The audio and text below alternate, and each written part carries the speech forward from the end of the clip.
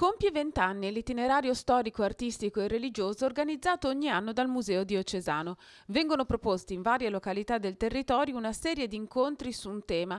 Lo scorso anno San Michele, quest'anno San Martino. È una scelta interessante da un punto di vista storico e teologico, perché San Michele è il patrono dei Longobardi, quindi una cultura anche cristiana, ma che era inserita in qualche tipo di eresia. I Longobardi non sempre erano retti sulla divinità di Cristo.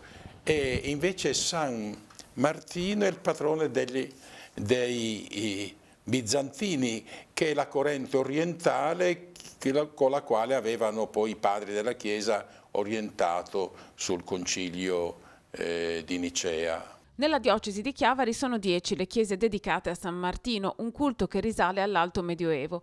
Gli itinerari che verranno proposti quest'anno sono 5, tutti inseriti in contesti ambientali e storici di particolare interesse.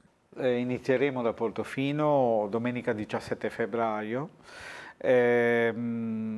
Domenica 10 marzo invece andremo a San Martino di Noceto. Domenica 7 aprile saremo a Magena, qui a Chiavari.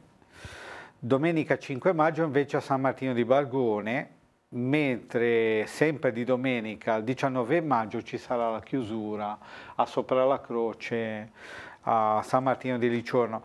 Sono soprattutto i contesti che sono di particolare pregio. Liciorno è un rudere, sono ruderi di una chiesa all'interno di un bosco, proprio al centro della costellazione delle frazioni Sopra la Croce.